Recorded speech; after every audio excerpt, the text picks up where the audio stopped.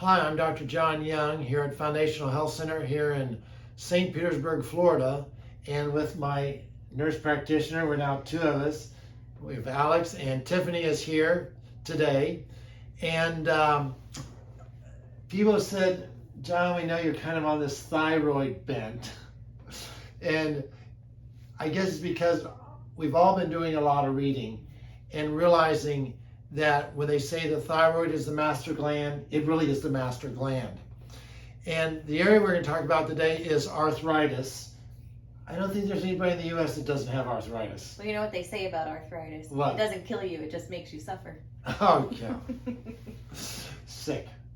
So one of the things that we've discovered when you look at arthritis is you want to look at the connective tissue. You want to look at the thyroid gland because the thyroid gland really controls connective tissue. And when you think of connective tissue, you think of, maybe around some of the joints or in between the organs. No big deal. But connective tissue also means the blood vessels. And also it means the covering around the bones. And whether it's osteoarthritis that a lot of people get from just overuse, playing a lot of tennis, the knees get messed up, or runners in the hips, osteoarthritis. Then there's also rheumatoid arthritis, which is an autoimmune condition where the body says, hey, you, the joint here in the knee or the hip, you're the enemy, we're going to attack you, and you start to develop deformed joints and surgery and all of that. And really, it all comes together in this aspect. It's the mucopolysaccharides. It's a jelly-like material that holds onto the water, and it puts pressure on the end of the bones, in the arteries to cause blockage of the arteries, which the cholesterol sits on. But in looking at the arthritis, it's that constant pressure that destroys the bone, deforms it, whether rheumatoid or osteo. And that really is getting down to the root of the problem and where thyroid is so important there. And what, Tiffany, I really want you to explain this because you can read this stuff in the book, but as a nurse, you're out there seeing it every day. Just share with some of the stuff you've seen in your practice. So previous to coming to this practice, I was a nurse at a local hospital on the orthopedic unit for 9.5 years. So things that I would see would be total joint replacements, knees, hips, even surgery for the back, the shoulder, the neck, everywhere. And so when I was telling Dr. Young about my experience, I said, we're talking about the thyroid recently. I said, you know what? A lot of my patients after surgery, when I'd be taking care of them, I would have to give them their thyroid medication the next morning. And I said, wait a minute.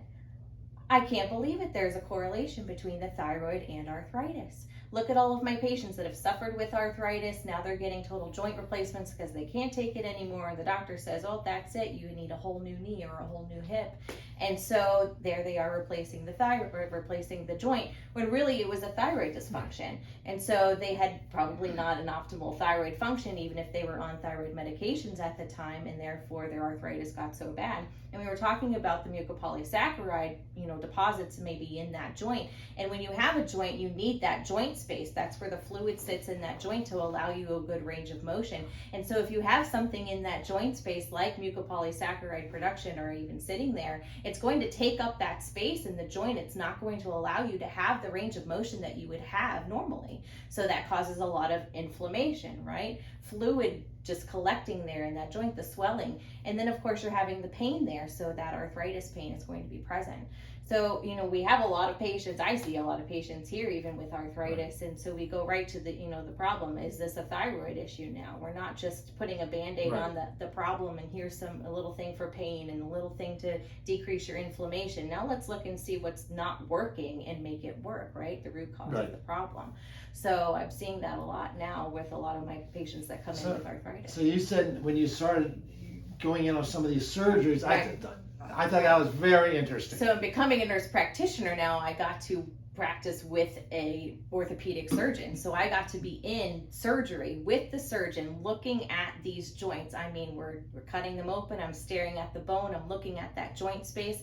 And what do you know that's there is things that shouldn't be, like that mucopolysaccharide. So firsthand knowledge with my own eyes, I'm looking at those joints and I'm actually seeing the overproduction of something in that joint that shouldn't be there.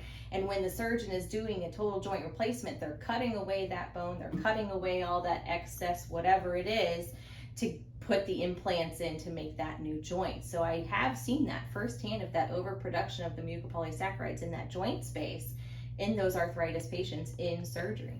And it's the mucopolysaccharides that put that pressure. You stop even bones have a blood supply.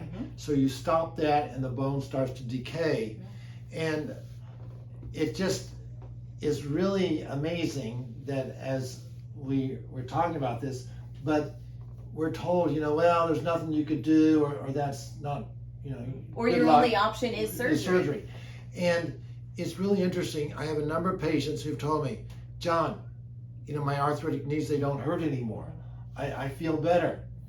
And the other thing is, as you age, the thyroid seems to lose its ability to function properly. So it's important to have that thyroid checked, because as thyroid comes optimally, mucopolysaccharides go down, and it can start to repair.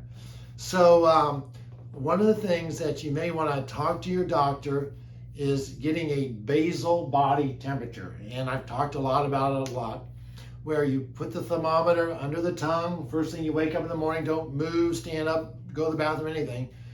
Leave it there, digital, 2 to 3 minutes, check the temperature, write it down. But it should average between 97.8 and 98.2. Most of our patients are way below that, and that's how we dose our thyroid. And it has been great to hear these patients saying, my arthritis is so much better. We're going about 3 months now doing this, right? Right. Just start of the new year. It happens pretty quickly. Right. And you kind of start to really see stuff at that 3 to 4 month, but I have people a few weeks, they're better. Right. So it's something that, it's an obvious thing that we're just missing. And if you need surgery, you need surgery. Right. But I think we're doing a lot of surgery that you don't even need to go there. So I hope you found this video very helpful, and we'll be talking to you again on some more subjects having to deal with the thyroid gland.